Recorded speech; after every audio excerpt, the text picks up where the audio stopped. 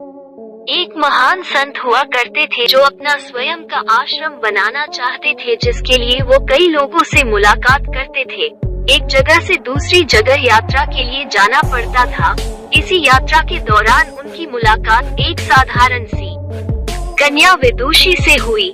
विदुषी ने उनका स्वागत किया और संत से कुछ समय कुटिया में रुककर आराम करने की याचना की।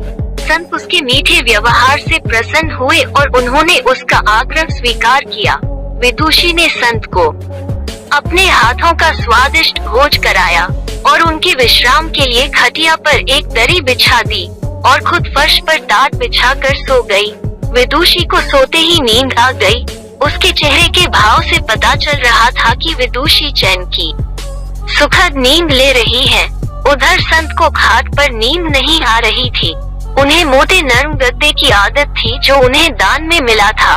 वो रात भर विदुषी का सोच रहे थे कि वो कैसे इस कठोर जमीन पर इतने चैन से सो सकती है। दूसरे दिन सवेरा होते ही संत ने विदुषी से पूछा कि तुम कैसे इस कठोर धरा पर इतने चैन से सो रही थी। तब उसने बड़ी सरलता से उत्तर दिया, है गुरुदेव, मेरे लिए मेरी ये छोटी सी कुटिया एक महल के समान ही भव्य है। इसमें मेरे श्रम की महक है। अगर मुझे एक समय भी भोजन मिलता है तो मैं खुद को भाग्यशाली मानती हूँ। जब दिन भर के कार्यों के बाद मैं इस धरा पर सोती हूँ तो मुझे माँ की गोद का आत्मीय एहसास होता है। मैं दिन भर के अपने सत्कर्मों का विचार करते हुए चैन की नींद सो जाती हूँ। मुझे एहसास भी नहीं होता कि मैं इस कठोर धरा पर हूँ। ये सब सुनकर संत जाने लगे। तब विदुषी ने पूछा, है गुरुवर, क्या मैं भी आपके साथ आश्रम के लिए धन एकत्र करने चल सकती हूँ?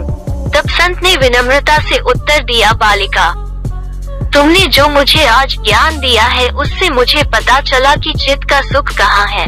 अब मुझे किसी आश्रम की इच्छा नहीं रह गई। ये कहकर संत वापस अपने देश लौट गए और एकत्र किया धन उन्होंने गरीबों में बांट दिया और स्वयं एक कुटिया बनाकर रहने लगे। शिक्षा, आत्म शांति एवं संतोष ही सुखी जीवन का रहस्य है। जब तक इंसान को संतोष नहीं मिलता वो जीवन की मोह माया में फंसा ही रहता है और जो इस मोह माया में फंसता है उसे कभी चैन नहीं मिलता।